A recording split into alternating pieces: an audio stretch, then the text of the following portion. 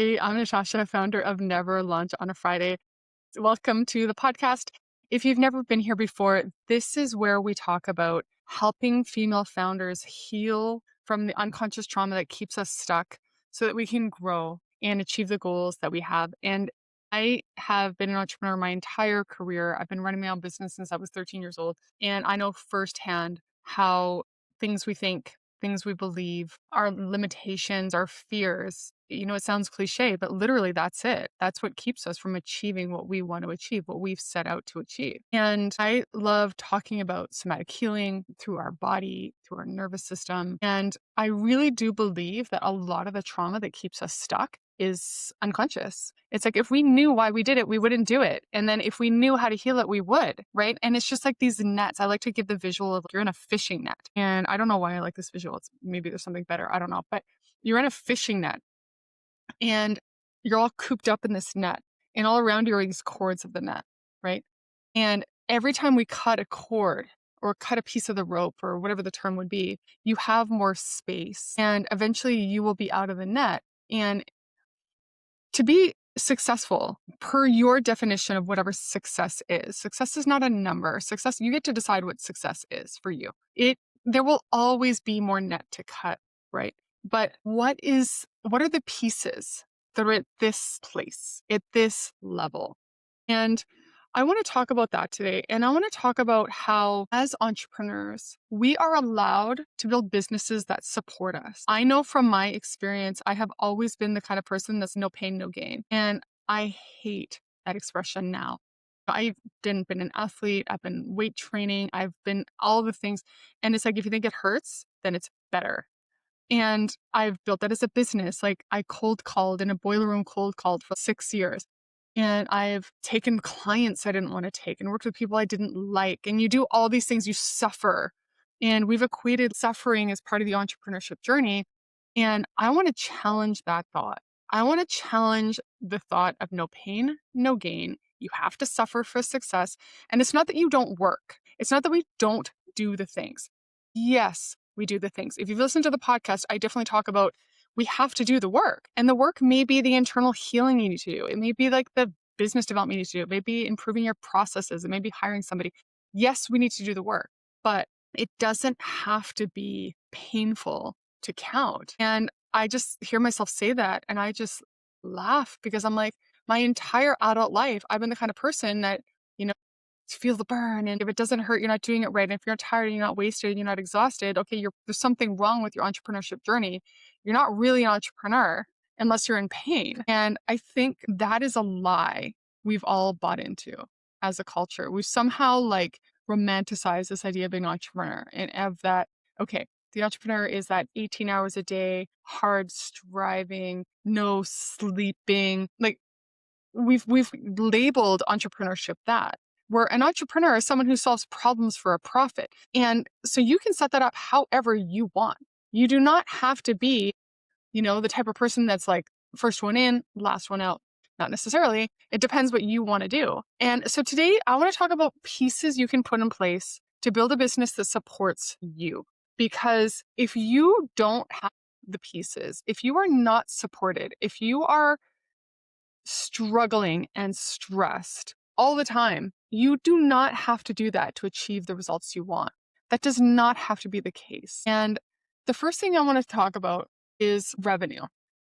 Because I know as business owners, we're always trying to grow our businesses. We want to be 7 figures. We want to be multi 7 figures. We want to be this. We want to be whatever. And it's like a lot of female founders will take any dollar that walks in the door. And the first thing about building a business that supports you is being more selective about the clients you're willing to take. You do not have to take every client. You do not have to sign every single thing. You do not have to take every lead. And part of building a business that helps you heal is you're not around clients that constantly trigger you. I'll just use myself as an example. As you know, if you've listened to other podcasts, I grew up with a bipolar parent. My dad was really mentally unwell. He was a really big guy. It was a lot of anger, a lot of volatility, a lot of yelling, a lot of threats, a lot of danger. I was never physically abused, but there was a lot of fear. There was a lot of terror. What's he going to do? Who's he going to yell at? Is he going to chase me with a knife? There was all these fears that we had growing up. So whenever I run into a client that is aggressive, blaming, volatile, active, I can't take it. I can't handle it. Like some people are just like, nah, that's okay, whatever. They're just having a bad day. I just have zero tolerance on clients who are moody, who blame, who just finger point, who like to be reactive to things, who like respond without getting all the facts, who are unpredictable. I can't. I just cannot be around that client. And so we in my business, in my agency business, I have processes in place during planning, during discovery, during all these things to filter out, is this prospective client that type of person? I do everything I can to like assess the emotional stability of my prospective client. And for you, it might be something different, right? It might be something different that is just so uncomfortable for you to deal with. And it's not that I can't, right? If I have somebody who's reactive and angry, okay, obviously I have to change modes, right? I have to change modes into de-escalation mode. I can do that. I can handle conflict, know how to fire a client. I know how to be fired by a client. Like it happens. Some slip through. I get it, right? It's not 100%. But if I'm noticing symptoms on the front end, if I have a client who want something and they're like threatening me, let's just say they send an example of like, hey, if you don't get this to me by the end of the day, we're going to have to go with another team. I'm like, do it. If you want to push me and bully me and be rude to me and passive aggressive, do it. Like, I'm not interested. And I will not even entertain, even if it means I don't get the sale. Like you could be a big 5-6 figure client, but if you're going to be a jerk, you're done. You're done. I will not let that in my space. I will not let that in my space. I will not let that in my team's space. I will not let that infect my mental health and the mental health of my team if I can do anything about it. So my first step to you is like, okay, if you're constantly stressed and on edge and your nervous system is fried and your nervous system is just, you're dysregulated and you're checking your phone and you're not sleeping. And I want to question you, do you have the wrong clients in your business? Because in the world, there are responsive, respectful, organized, kind, communicative people in the world. And if you haven't decided that that's what you're going for, and you're open to anybody with a dollar who's going to pay you, you're already setting yourself up for trouble. And I know it's hard. I know what it feels like to be terrified about how I'm going to pay my team, how I'm going to pay myself. I've been there. I'm 10 years in. I've been running an agency for 10 years. But you hit a point where your mental health is worth so much more. It's like, I would rather not have an angry client, like a reactive, volatile client, and be tight temporarily with money than have to deal with that. And so my first question to you is the same, is that are you surrounded by clients who provoke you, who constantly are triggering you? And yes, we need to heal. Yes, we need to grow through our triggers. Absolutely. But you do not have to go out of your way. You do not have to let people who are not a good fit for your personality into your space. You don't have to do that. Second thing, team. I was on a conference call this morning with some other agency owners, and we were talking about how this woman wanted to hire somebody, but her availability was all over the place. She had like 4 kids. She wasn't sure if she was going to be available, scheduling and this and that and all this hassle, right? It was all this hassle around this woman and her future with this agency. And we were doing a roundtable. We were all taking a turn to like say something to help this woman solve the problem. And my piece to this woman was, do not hire someone who makes your life more difficult. You've got enough going on. You have so much on your plate already. To have someone on your team who makes you more stressed and more on edge and more doubling down and doing 2 jobs instead of one, because now you're doing her job instead of not just yours. It's like, no, you are looking for people who can support you. You are allowed to be supported. This is something that I really learned the hard way. Last year, as you've probably heard in other podcasts, in 2024, I was diagnosed with stage 2 breast cancer. I had a mastectomy in October of 2024. I finished chemo in like late April 2025. Months of side effects of chemo, medical problems after that, and had more surgery again 2 weeks ago. Follow-up surgery. You cannot do it by yourself. You can't. You need a home team. You need a work team. You need all these people who can support you. Like there was times I couldn't even lift my arms. So my partner did all my lifting and helping me get dressed and helping me have a shower and my son did all the cooking, and my other son did all the dog walking, and my daughter did all the dishes. And then my mom babysat my dogs on the days I was too sick to walk them, and my team and my assistant and my coach. I had an entourage. I had a fucking entourage of people who were like holding me up during this situation. And it's been like 16 months of this cancer journey. And your situation might not be cancer, but it might be something else. You might be dealing with a stress situation. You might be dealing with whatever it is, and you need some time. You need some time. If you're working like 12-hour, 18-hour days, you have no time to heal, to fix things. And you need a team of people around you who will support you. And if I can just give one message from this podcast, build a team, home and work, that supports you, what you need. And it is not the same for everyone. You know, I talk to female founders every single day, and people ask me like, oh, I need to hire somebody. I need to hire some help. I need this. I need a virtual assistant. I was like, maybe you don't need a virtual assistant. Maybe the support you need is not a virtual assistant. So maybe the support you need is a bookkeeper. Maybe the support you need is another strategist. Maybe the support you need is a nanny. Well, we'd like to think that our first bucket, just as an example, is an assistant. I didn't hire a full-time assistant until I was like, you're 9. One of my first hires was a bookkeeper. So we support ourselves by what you need. Don't think about what anybody else needs. Don't think about, oh, my colleague just hired another graphic designer, or, you know, my colleague hired a copywriter. What do you need? Take a look at your life. Take a look at your work. Take a look at your career. Take a look at your business and be like, where am I feeling the most amount of stress right now? What needs to come off? And I know I have women that I know who have kids, you know, and I'm like, Kate, if you're trying to build your business and your kids are around all the time, it's not going to happen. And I say that as a mom of 3. I have 3 children. I had 3 kids under the age of 3.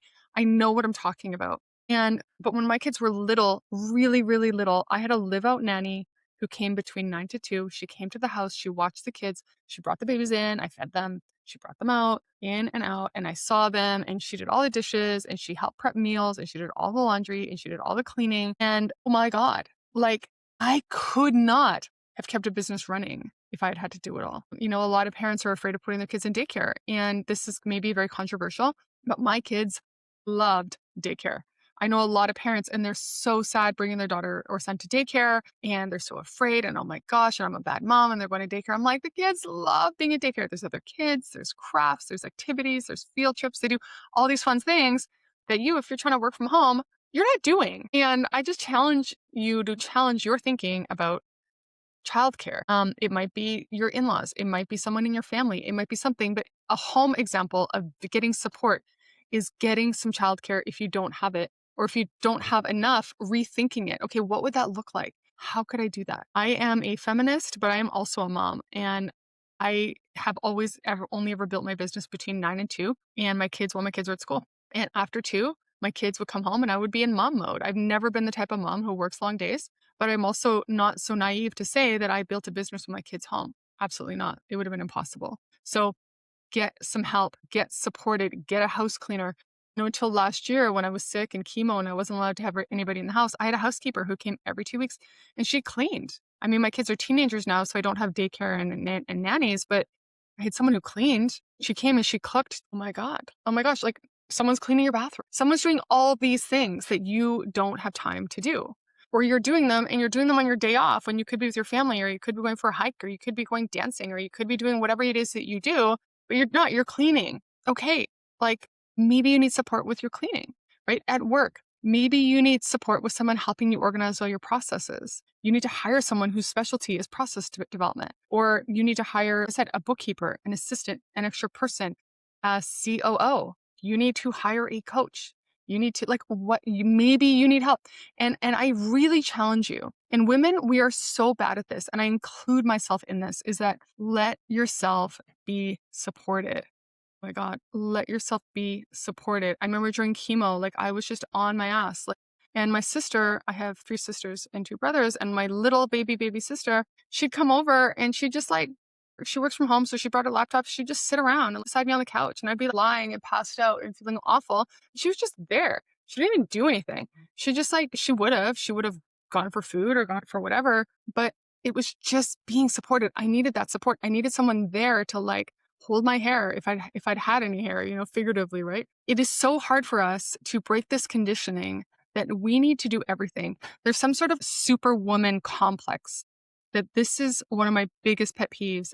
I am an alpha female. I'm a one-income household. I have 3 teenage kids. I have run my own business my entire career. And I will definitely tell you, I hate the idea of the superwoman concept. I hate everything about it. Any woman online that you see who's like looking so together and they have their kids and they have their business, I am telling you a 100% guarantee they have help. Whether it's at work or whether it's at home or both, they have help. And it's put in front of us that this is the example. This is what we strive to be this like superwoman, has it all together. They have all the makeup, they have all the stuff, everything is organized, everything is smooth. Their kids are this, their kids are that. They have time to work out every day. They have tons of awesome sex with their partner. They're not tired. Their house is clean. Not a thing. And the sooner you get that out of your head, the better you will be. Can that be accomplished? Absolutely. Can it be accomplished by yourself? Absolutely not. And people lie and they'll tell you self-made, not a thing. Not a fucking thing. And so if you believe that and you feel you're falling short because you are not living up to this facade of being a superwoman, supermom, best mom, like boss babe, whatever it is, drop it. It's not real. We're all scrambling to do the best we can. No one has the answers. No one has it perfect. It can be organized until a point where bam, someone's sick, or bam, there's a car accident, or bam, there's cancer, or bam, someone on the team quits. And now it's all in shambles again. And we just keep moving and it's messy. It's never clean. I was on this call this morning again, and this woman was talking about how she'd hired a project manager and she was so thrilled and the woman's doing great. And it's been 3 weeks and it's fantastic. And she's this rock star and she's all these things. And when it was my turn, me being the party pooper that I am sometimes, I said, look, I'm so happy it's going so well, but keep in mind, this can get really, really messy. If there will be power struggles, control struggles, creative differences, personality differences, you're going to trigger each other and there's going to be drama, but that's okay. It's normal. It's okay. But we don't see that online. We don't see the mess. We just see this like result that was just so together. It's not. So if you feel like things are messy, things are disorganized, things are not where you want them to be, I want to encourage you that that's okay. You're on the path. And this is where we work on it, right? We work on building a business that supports us. If you see courses, for example, that are trying to tell you how you need to create more freedom as an entrepreneur through their process, it may be good, but it may not be. Because every personality, every skill set is different. For me, for example, I love to talk. I love to share. I love to network. I love to write. I love to do all these things, right? So me in my zone of genius is going to be very, very different than you. So for me to outsource, let's just say, for example, I outsourced my content marketing. I would feel so empty and so sad, right? But let's say you hate content marketing and you outsource content marketing, you'd be so happy, right? So we have to look at it. There is no formula for what you should put in place to be supported, whether at home or whether at work, with your clients, with your team, with your childcare, whatever the case may be. What do you need? And I'm giving you permission to answer this question. What do you need? What would remove the burden for you? Look at your zone of genius. What do you do that is different, that is special, that is what you do? What do you do? And then let's build around you. Let's build around that. You don't have to build around my style or their style or her style or her style. Okay, you're good at this. Now we work around that, right? So that's allowed as an entrepreneur. You are allowed to do it your way. You are allowed to not take the advice of course creators who are giving you a one-size-fits-all solution. It's not true. There is no such thing of a one-size-fits-all solution for you to build a business that supports you, to build a life that supports you. We need to look at it. It's a custom thing. It's a custom thing. And it's going to change. It's going to change. Maybe when your kids are little, you need more help at home. Maybe when your kids are bigger, you need more help at work. And it's allowed. You're allowed to ask for what you want. You're allowed to be supported. You're allowed to not want to work with aggressive people. You're allowed to not want to hire people who are going to let you down and make you do double the work. You're allowed to have standards in your life for how you can do you. How exciting is that? As women, we're like so used to like muscling through, right? Like I'll just give one more example as I wrap this up. One thing that for me as a person that I don't like to cook. I've never liked to cook, and I'm divorced now, but with my ex, it was never my thing. I did it, but I never liked it. And so I just found ways to like Costco and frozen foods, or if it was cheap, like ordering takeout, or I hated to cook. It's just not my, it's even now, it's not this thing I like to do. And I remember when he got remarried, the first thing he told me about his wife was he's like, she loves to cook. And I was like, oh, I'm so happy for you. I'm so happy you got what you wanted. And I never got good at cooking. Just not even now, I don't like it. And so my son cooks, or again, I order takeout, or I go to Costco, or I ready-made meals. Like I'd rather do anything else than cook, and that's allowed. I'm allowed to not want to cook. I'm allowed. There are resources, there are food delivery, there are so many options that can support me not wanting to cook. And so I want to challenge you, where have you been forcing yourself to like things that you really don't like to do, or to pretend that things are okay when they're not okay, or to pretend that, okay, I've got this, but you really don't, and you don't want to. Like, if there's something on your list you've been procrastinating, you should probably find someone to do it, because you're not going to do it. And you're allowed to not want to do everything, and you're allowed to not be good at everything, and you're allowed to not even want to be good at everything. Get some help, get some support, build it around you. You are the middle of this. It's your business, right? You're allowed to create it however you want. You don't have to copy anybody. You can take advice from here and there and all these places and turn it into what you want it to be. But there is no one-step solution. If you think there is and you're failing at it, you're right. Most of us do fail at it. There is no one step. Take the pieces, what resonates, what's helpful, what brings you light, what brings you love, and run with it. And then change it later if you have to, right? Plan, do, set it up. Try it, see how it goes. Doesn't work, change it. But it's a process. So from me to you, sending so much love. I would love your thoughts. Where in your business, where in your life are you resisting allowing yourself to be supported? I can't wait to hear all about it. Take care.